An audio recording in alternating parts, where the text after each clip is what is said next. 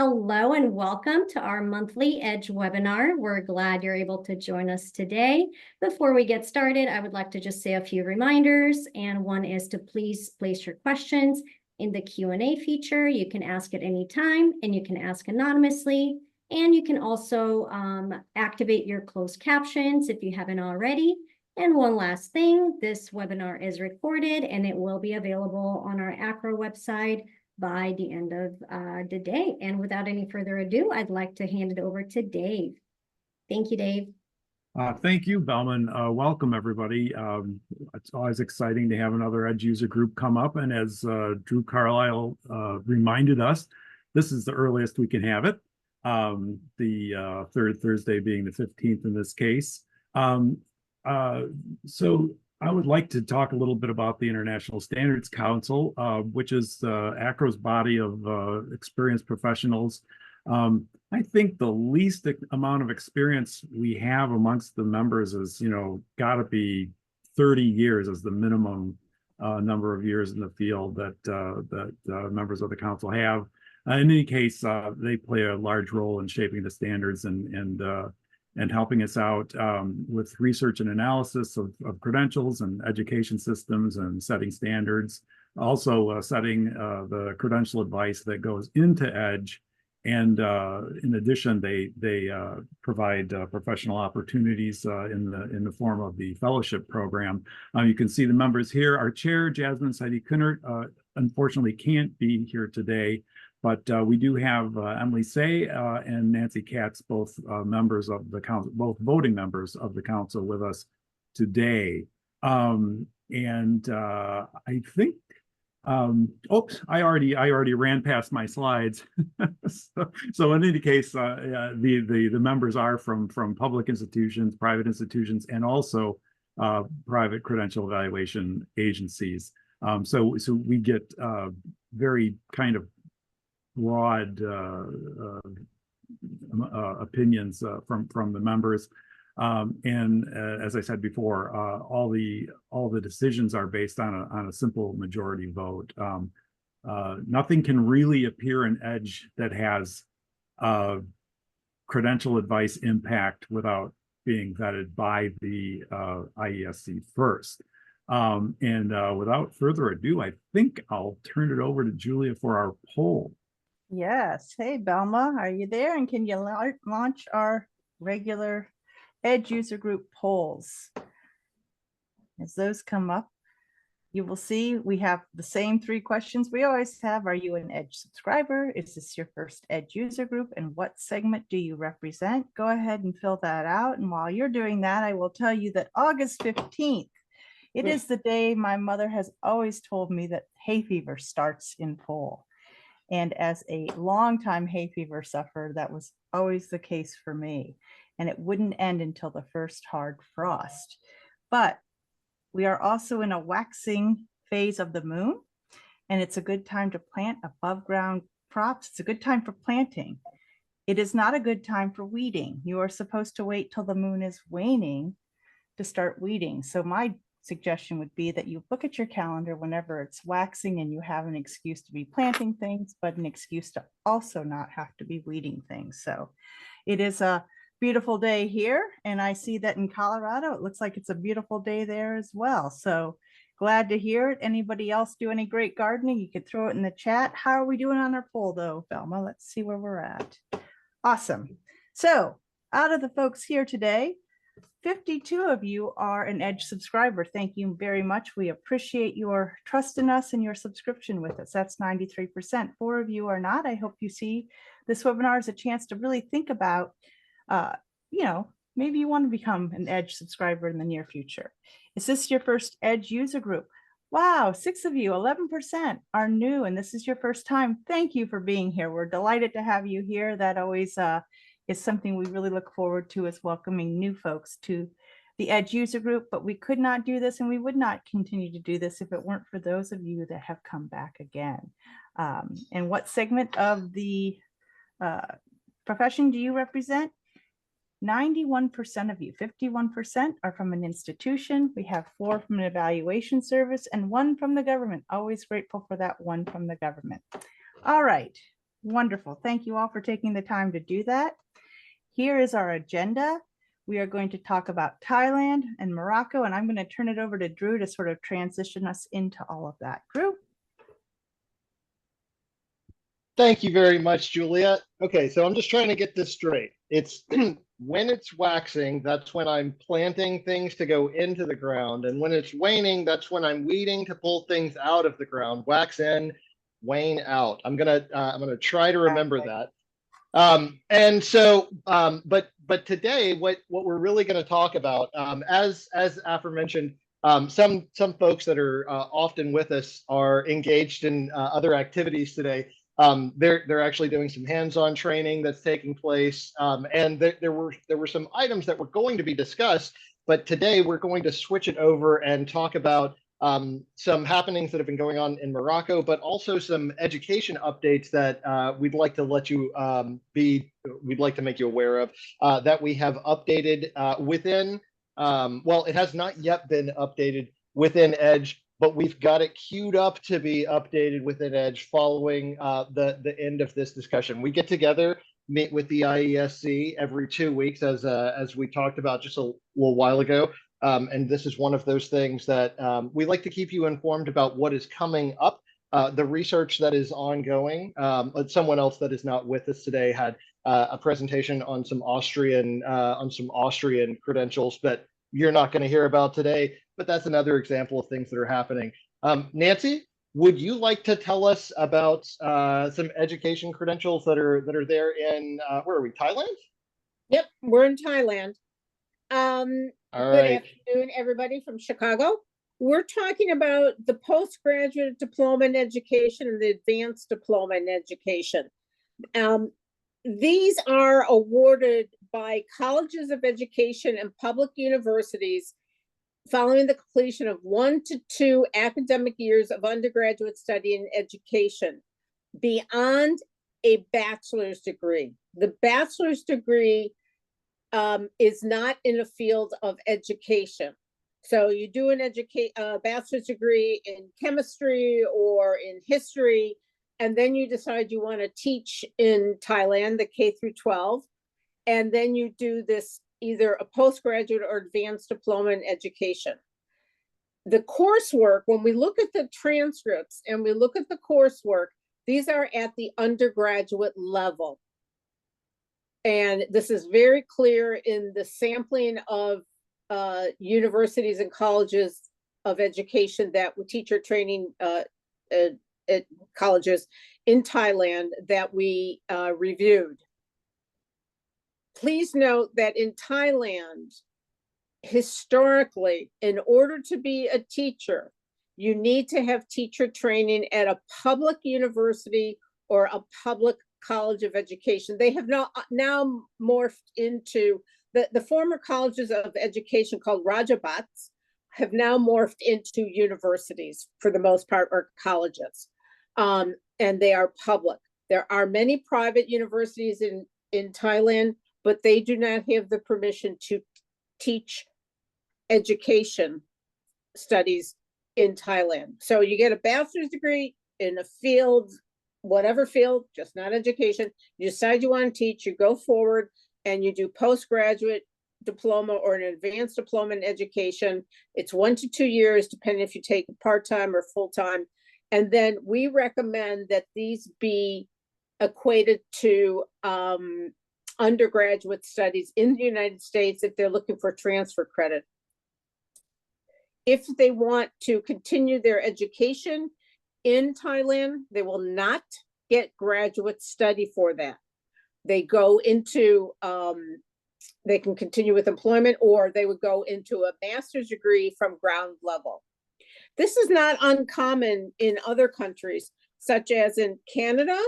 It used to, they do have 4-year Bachelor of Education degrees now, but they may still have bachelor's degrees. Same thing, it's not in the field of education. You decide you want to teach, you can go to a teacher training college in conjunction with the university, and you could be awarded a second qualification. These are all at the undergraduate level. A friend of mine many years ago did her bachelor's degree at the University of Michigan She decided to teach, become a teacher in the high school level in Michigan, and she did a certificate of education at the University of Michigan. This was at the undergraduate level. In India, if somebody wants to teach and they would do a 3-year bachelor's degree and followed by a 1-year Bachelor of Education. Traditionally, it's changing a bit. There are now some 4-year Bachelor of Education degrees, but few and far between. Or let's say you have a 4-year bachelor's degree in engineering from India and you decide you want to teach at the K through 12 level in India, you would do a 1-year Bachelor of Education program, and that's clearly at the undergraduate level in India. There are many other countries that have similar types of qualifications. And Dave, did you want to talk about, I think it was Uganda? Sure. I'll In just relation to mention that the B.Ed Bachelor of Education in India morphed into a 2-year credential fairly recently. And to anyone who's representing the USCIS out there, this is an interesting kind of issue for you sometimes, probably because you get a situation in India where you have a 3-year or 4-year degree plus 1 year of a Bachelor of Education, and someone might call that comparable to a U.S. bachelor's degree. Whereas if the person already has what's comparable to U.S. bachelor's degree, as in this situation here, we're calling it basically 1 year of undergraduate level coursework. For Right. the purposes of employment in that country, they're the same. For the purposes of how it shows up on a petition, it's different. So there are a lot of little vagaries in this issue that can cause some problems. But in any case, nomenclature aside, I believe the issue in Uganda came from the fact that we had the postgraduate certificate in education in Uganda listed perhaps as graduate level study rather than a post-baccalaureate undergraduate level qualification, which kind of led to this whole comparing of post-baccalaureate, let's say, or post-first degree qualifications in education.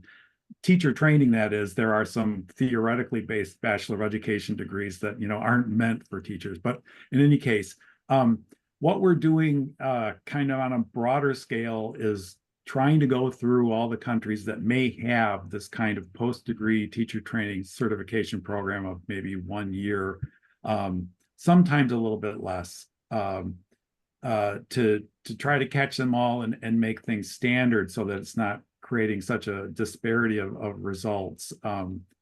It's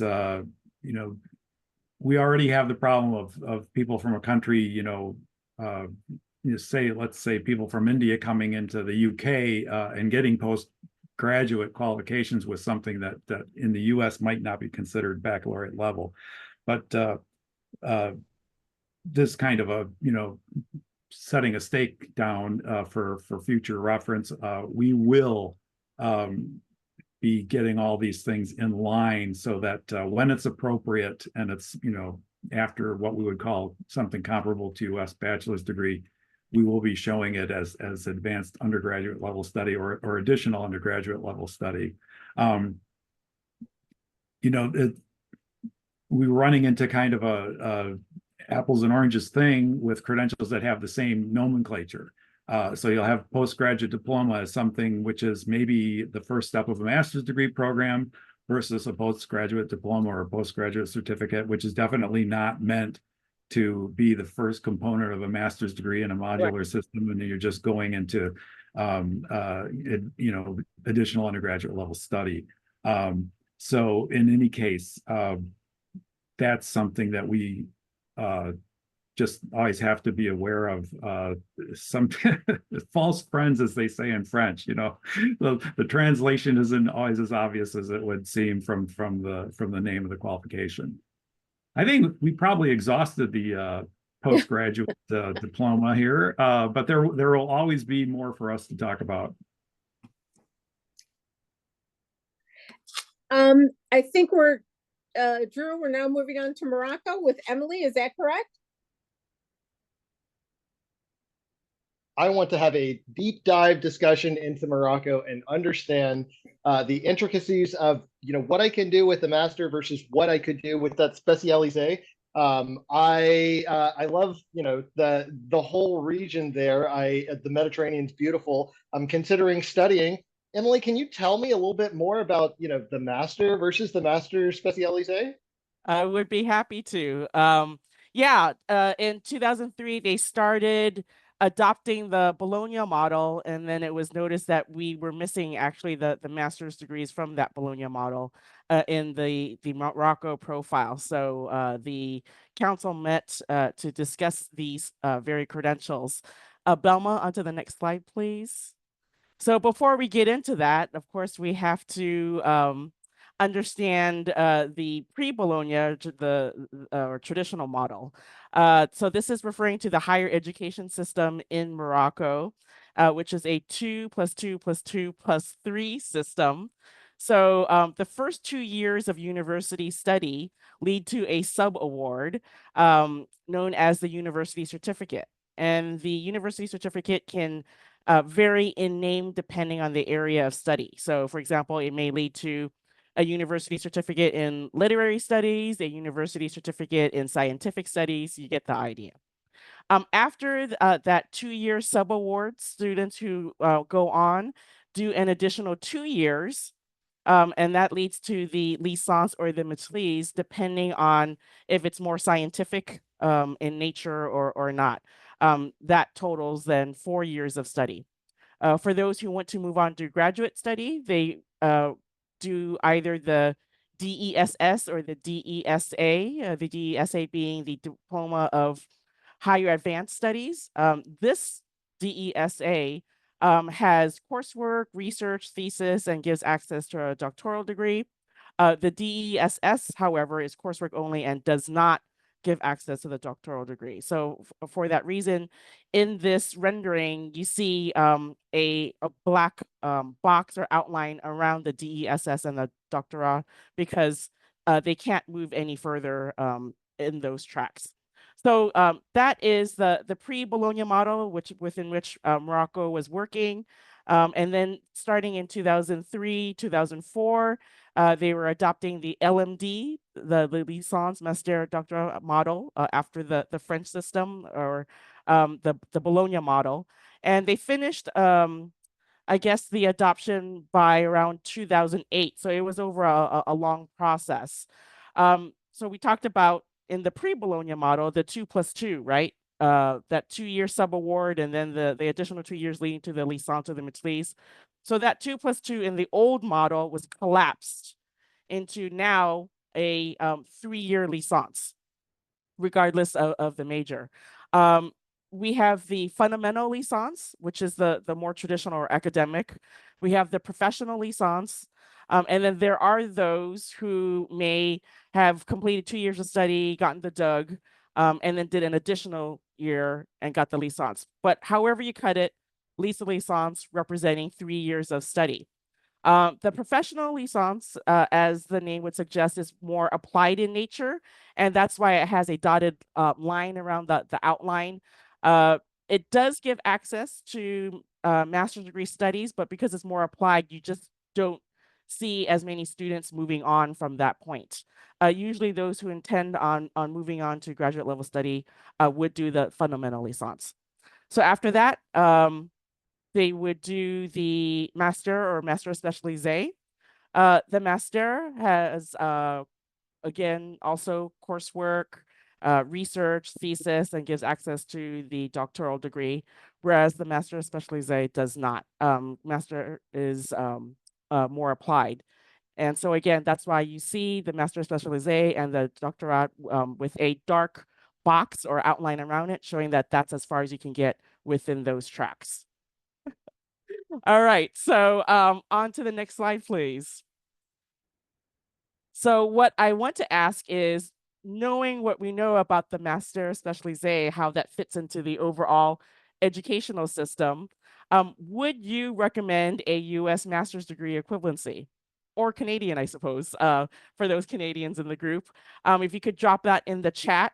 So just to repeat, for the LMD in Morocco, for the master's level, you can either do a master or master spécialisé. However, for the master spécialisé, it does not grant access to a doctoral degree program. Does that matter? And would you recommend a US master's degree equivalency for the master spécialisé? So we have a couple of yeses. Let's Hey, see. can we go back one slide just while we're thinking about this, just to look at that? Yes, please. Okay. Very interesting. I can't advance further with that spécialisé, but would I still get that master's comparability? Interesting. Yeah. Any other thoughts? Well, it's still a master's, but there'd be a need for upgrading. Yeah, that's a very fair point. Exactly. So yes, we discussed this within the IES IESC. And yeah, we are in agreement with you all. And so we do recommend a master's degree equivalency for the master spécialisé, although it does not give access to doctoral degree studies. Let's advance 2 slides. Thank you. So just as a quick review about master's degrees in general, they represent a second cycle university degree. They're usually 1 to 2 years of study. And in terms of the mode of delivery or study, it can be coursework only, or coursework and research, or research only. And it may or may not lead to doctoral study. It can be a terminal degree.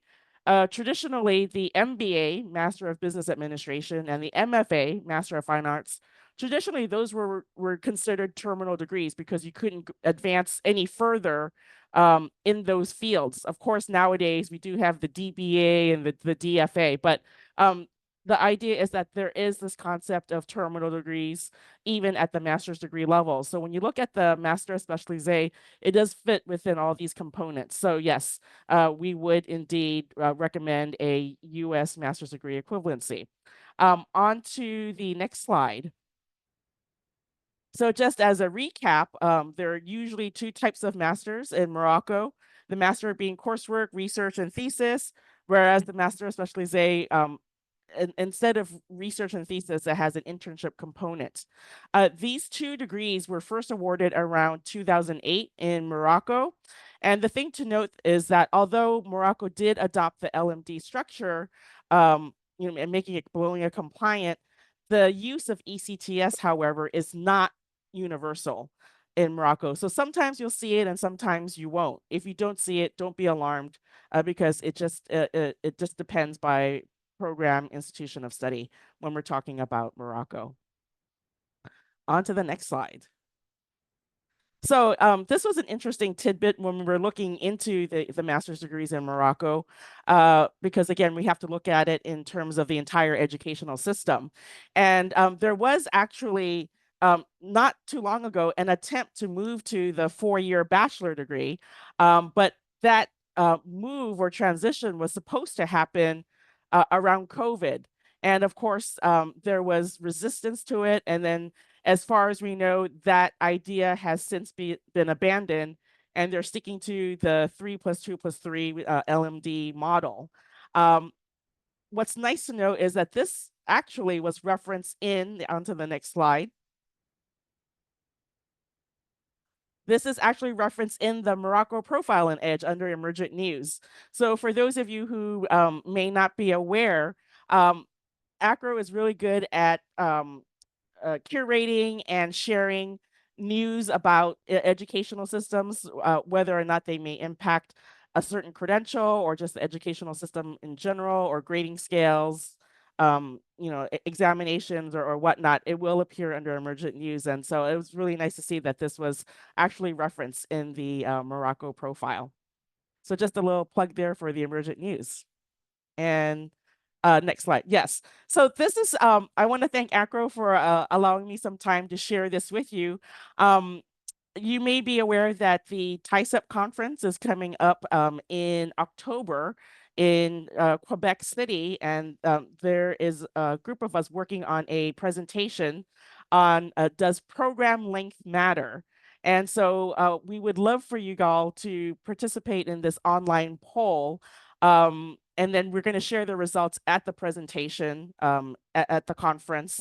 And for those who participate in the survey, we can also email it to you if you provide your email address. But the idea is to look at, how much weight is given to program length when we're looking at criteria for determining equivalencies, whether it is at the secondary level or the post-secondary level. For example, for a bachelor's degree equivalency, do you need to see 4 years or is 3 years okay?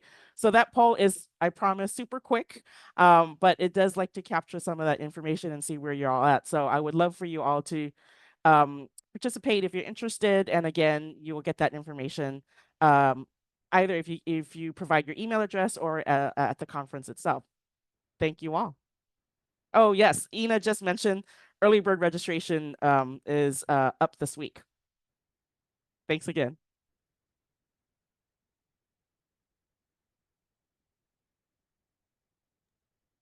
So Emily, you say early bird registration is up this week. That means it's posted or it's about to expire. This is your last chance to get that early bird. Hurry up. Which one?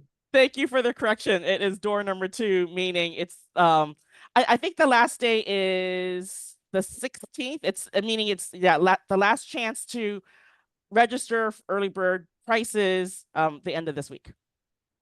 Wait. Ina in the chat is suggesting that it might even be today being the last day that you have an opportunity. So there's possible it might be going up at midnight tonight. It might be going up tomorrow. If I were you, I would act now. A little plug for our Ties Up friends there. just depending on what your budget looks like. I know that mine is not infinite. One of the things that we are doing with our non-infinite budget, though, is we're continuing to go through and work on these ladder updates for you.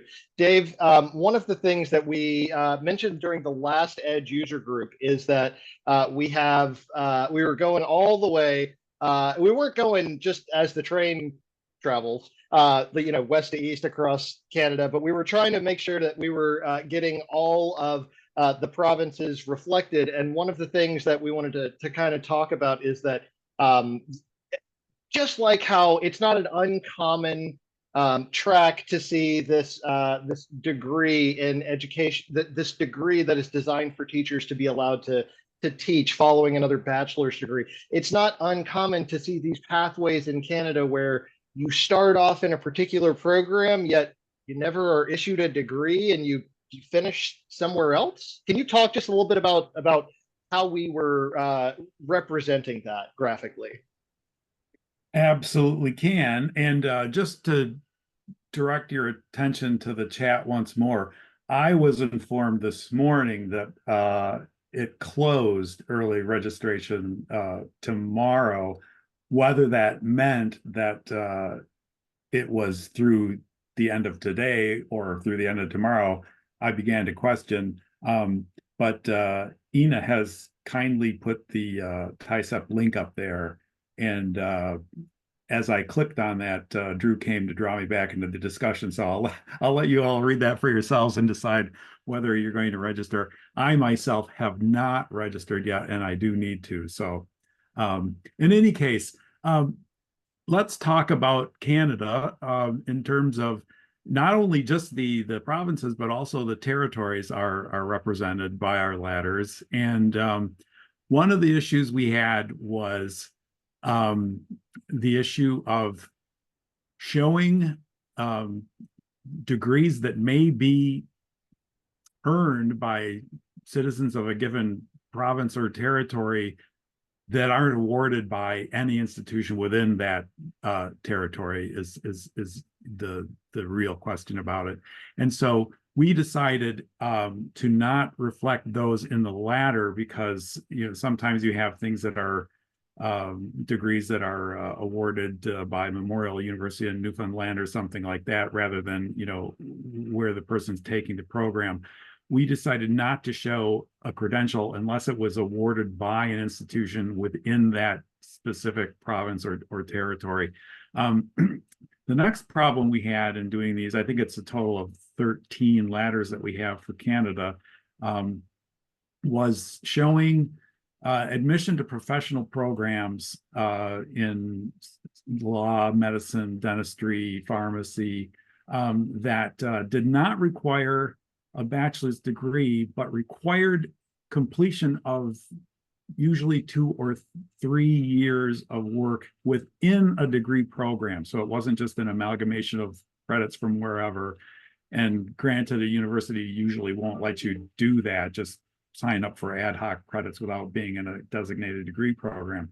But in any case, the way we show that on the ladder, and it's going to be further explained within the credential advice, of course, which is where the real granular information will come from, or from the author's notes within the credential advice, is that we had people going through the bachelor's level of study.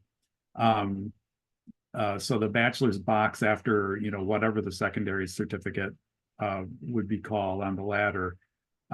We show them going up into the bachelor's box and then taking a side exit out through the into the professional program. And one of the vagaries that doesn't really get captured there is that there are some professional programs that actually require a degree rather than just completion of 3 years within a degree program. So there's a little bit of ambiguity in terms of the ladders, which will have to be solved or resolved or illuminated by looking at the actual credential advice in EDGE. But in general, that was the real problem. Ontario presented its own problem of, there are 2 universities in Canada that don't have a 4-year medicine program, and Ontario has, with McMaster, has one of those. So there are all sorts of new boxes and new arrows that had to be added to those ladders. So it was a big undertaking. I'm reminded of my very first days as a credential evaluator it was a long time ago, in the 80s. And I remember thinking, well, Canada, how hard can it be? And was soon presented with all the little intricacies of each of the provinces. So that's really where we are on Canada, is that we've now completed all those ladders and vetted them. And I'm sure there will be questions and input from people that we'll have to change them again. But it's much easier to change this new format than we had in the old one. Bhutan is on your ladder update list only because we just had occasion to do the ladder for Bhutan, and Bhutan had a qualifications framework dating from maybe 2012 or so, which is what the old ladder and many of the EDGE entries are based on. And it was also what the new ladder was based on, was the old qualifications framework. So some names have changed. There's a really balanced system of regular academic education on the one hand and TVET education on the other hand. There's a great deal of symmetry between the two systems. And there's also a great deal of crossover, especially from the TVET system into the academic system in Bhutan. So that was another thing where you had very small country, not represented by many students studying in any of the countries of any of the attendees here today, probably, but extremely intricate interplay between the qualifications, which makes it very fun. Julia has reminded me that I should mention the GNH in Bhutan, which instead of referring to gross domestic product, they felt it would be better to gear all their efforts to a measure of gross national happiness. So if you see GNH in the context of Bhutan, now it will be gross national happiness. And I'm cheered to see that there's an increase in Bhutanese applicants lately. In Milwaukee, Wisconsin, where I'm based, we just got our first Bhutanese restaurant, I believe. I read about it in the paper, but I haven't been there yet. So that is going to do it for the ladders, I think, Drew, and I'm handing off to somebody and I don't know whom I'm handing off to. I'm I'm reminded of Olympic jokes with passing that baton and some difficulties that some teams may have experienced with all of that. So let's see. I think what we're really going to do now is just talk about what we have coming up. A couple of items that you might be interested in tuning in for some of our free webinars. So if you, as Belma mentioned, should be later today, could be possibly tomorrow. It's one of those when is the tie step, early bird discount, Schrodinger's cat type of situations. It's going to be posted very soon. But if you go to the Acro webinar site, you're going to be able to look at our past webinar archive free. You just got to log in, and that does not cost you anything to look through all of this. And to register for our upcoming webinars, these are just examples of what you would be able to see here. It's about the next month going on. We've got FERPA with Leroy Brooker. Always, that's a popular one when you're able to tap in directly with someone that helped author legislation. You're really able to understand the intent that everyone had there. Transfer and articulation community of practice forum would be an interesting place where you can go and you can have interesting conversations, really let things blossom. Do you ever feel overwhelmed when you walk into an exhibit hall and you don't know what to do? Maybe there's a webinar for that. We've got a lot of things, but later today or tomorrow, you can get this EDGE webinar if you want to come back and look at this or any of the past EDGE user groups. As we mentioned, it's the third Thursday of each month.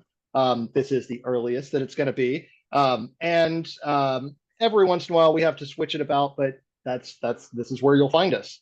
On the next slide, talking about finding things, we find that we are now past August 12th.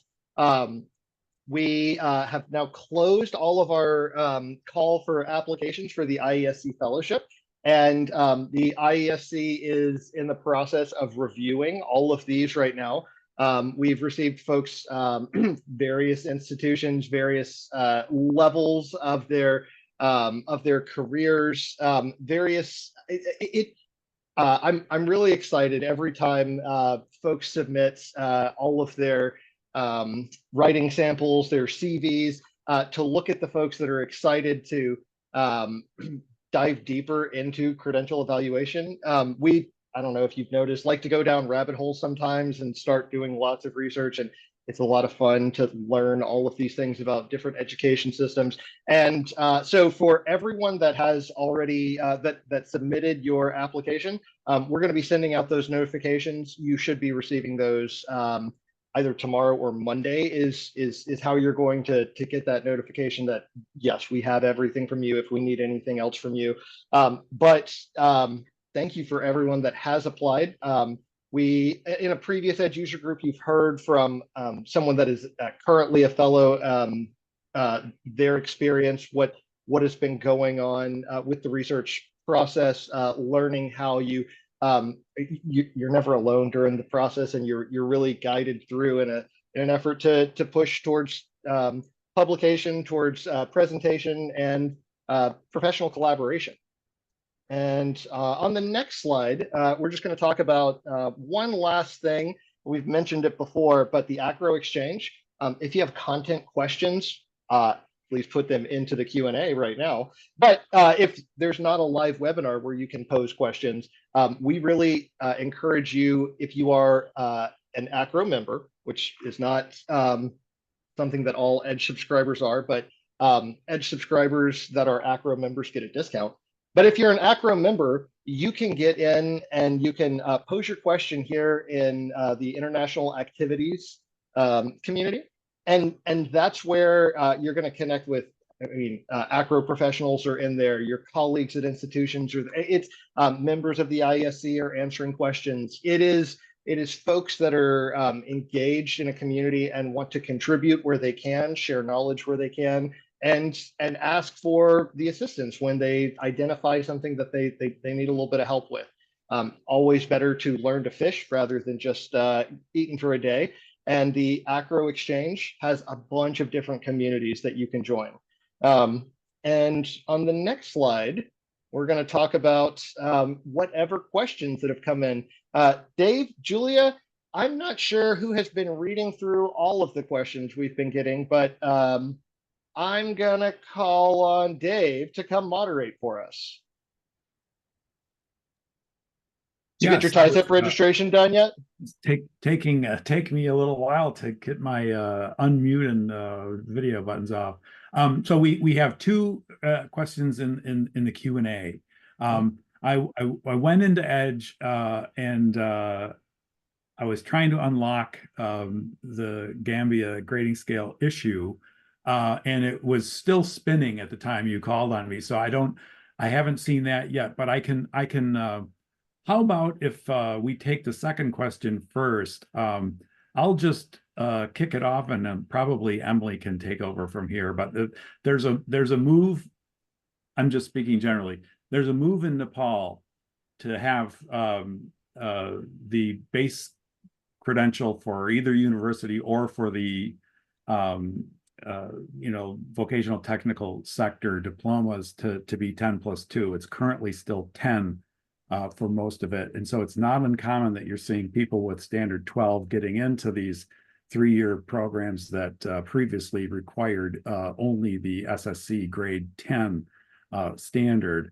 I know there are a lot of agencies which will grant for the nursing specifically up to a year of advanced standing based on the 3rd year of the 10+3 proficiency in nursing. But I'll let anyone else who wants to weigh in, looking at you, Emily, to talk about that. Sure. Yeah. So Sarah mentioned that her student has a grade 12 examination plus the 3-year proficiency certificate. And you can see that happening. But regardless, the proficiency certificate in nursing is 3 years after grade 10. The minimum entrance requirement is grade 10, but there can be people who go and do it after grade 12. The reason why it is considered equivalent to completion of high school in a vocational or specialized curriculum is because it specializes in nursing and is very hands-on. So for that reason, we don't treat it like you would as Sarah mentioned, the Indian 3-year diplomas, the 10+3, where you would give it 1 year of credit, for example. Dave mentioned there may be institutions that do that, but in the Edge profile, it does not. We don't recommend advanced credit. We just say it's comparable to completion of a vocational or specialized high school curriculum. And again, that's because it represents 10+3 years of study, and it is very hands-on. That said, because of the hands-on nature and specialized nature, we don't look at it as university level study. That said, it is important to note that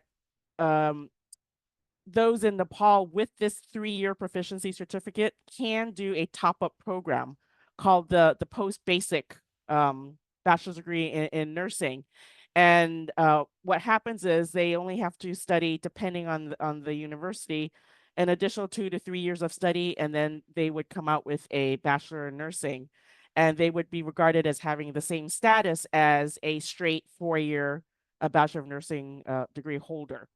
So there is that top-up program where the studies are abbreviated to 2 to 3 years, but we look at that, it's very nuanced. We look at that differently from, again, the Indian 3-year diplomas in engineering and what have you, because again, these proficiency certificates in nursing are considered very hands-on and practical in nature, and not to be at the university level. I hope that helps. Yeah, absolutely. And as to the follow-up question that just appeared about dentistry and some other areas, I can't find that question all of a sudden. I think the advice still stands. these are basically what we consider to be high school level qualifications. If the test is always, if you see a university starting to give advanced standing based on one of those things, it's, you know, it's time to reconsider. The next question, Julia wanted to answer in person about Baden-Württemberg bachelor from the Berufs Academy. Well, and I would love to have you all pipe in if you have any thoughts on this. I'm going to say a couple of things too that are just sort of behind the scenes as far as this goes. Yes, I think we'd have no problem doing that, but we ask your assistance always in doing this, and that you go in to request an update, which you can get to that page, and Drew will correct me if I'm wrong, from any profile. It's on the left-hand side of the page. There's a purple button with white print that says request an update. You can request that something be added. What we would love for you to do, for whoever wrote this question, you say that you've seen quite a few of these. We'd love to have some sample credentials so that we could post those as well. Of course, those need to be redacted first so that we could put them in and even look at them. So we'd ask you to do that as well. I know that we've talked even with our Baden-Württemberg colleagues about doing a robust sort of additional sort of spotlight within Germany on Baden-Württemberg because of the work we've done with them for so many years. And it would make a great deal of sense to do that. So yes, please send us the document. We can review it. We can take it to the IESC and put that on their agenda to review. And we'd always be looking for folks who might want to help us with a profile spotlight. So Julia talked about bringing things to the IESC for review, and whenever there's going to be a substantive update that gets made within EDGE, something where there's a change in credential advice, something where there is a new ladder, where there's a pathway that has changed, where there is something that the IESC has voted on with grading scale recommendations. I saw there was a question that came in about being sure to include US equivalencies, and Terry, that is on our list. I'm sorry that you didn't get any response back from us directly. But what I would always recommend is go ahead and bookmark whatever the system or country is. And if there are any of those substantive updates, there's an alert that's going to go out that is going to update about that. The equivalencies is something that is actually on our agenda to be discussed tomorrow. So I know that one will be brought in.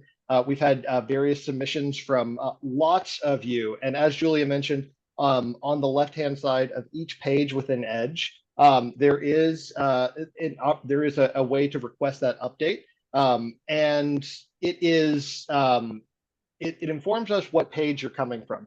Because if we're told that precisely which credential you have this updates pertaining to, we're going to be able to do that research a lot faster. In the instance where there is not a credential that already exists, that's obviously impossible, and we will understand that. And so you could do that from even the overview page, from that home page once you're getting into an individual system. And as talked about just a little while ago, there are lots of benefits to Acro membership. One of them I did mention discounted EDGE subscription, but you're also going to get access to newsletters, to you've got scholarly journals that we publish that would be available for you, included in your membership, better rates when you're attending conferences, when you're getting training, when you're doing online courses, all of those things. That's off the top of my head. And I'm going to, let's see. Do we have any other questions that have come in, Dave? I know that I just kind of went off on a tangent there. We had a comment in the chat that I think might be worth. Sorry, I'm off camera. That might be worth just bringing up, and that was a question from Ina, which I think is a very good question. And it is there a redaction how-to document that you have? I'm realizing that I need to teach junior colleagues, and I just know which isn't helpful to them in terms of a document to refer to, of course. I just wanted to sort of open that up to see what others are using and get some input. you know, even if somebody out there wants to raise their hand, if there's something they think is really great. I will say that I know I've used the Adobe Acrobat quite a bit. And I know there are some other tools out there that we've also used within the office, but if anybody else has comments on that. And even bigger than that, thinking about what how we would go about explaining that process to someone that's new to the field. So thinking about how would we because yeah, off the top of my head, it would be anything that would be that you could personally link back to the student. And so, of course, that's going to be student ID numbers. Anything that's tied to a specific person. Photographs of that person are going to go right there. You're going to, like, I would even urge you to think creatively once you start getting into publications that people have authored. If there's only one author on a publication that's listed on this transcript that's being put forth, that you could really tie that back to someone. If you're trying to protect that student's identity, consider redacting that entire portion of something that would identify them. All of these things are, we as Julie mentioned, we cannot review anything that's submitted if we identify any of this information is not protected, because that's not fair to all the students that are out there. ACRO works with various entities to ensure that people can verify that their credentials are authentic, and we wouldn't be able to review it. And so, Julia, you mentioned Adobe Acrobat is one of those tools that you can use for redaction. But getting to Ina's question about content, redaction is not just covering it up, because just to basically give it an analogy that you might be able to understand. So if you just cover it up and you're not redacting it, it's like a piece of whiteout. But you ever have that whiteout that you can like peel off and then you could just see everything that's written right under there? That is the equivalent of when people are just using paint to scratch it out and make it so it's blackened. That metadata is still.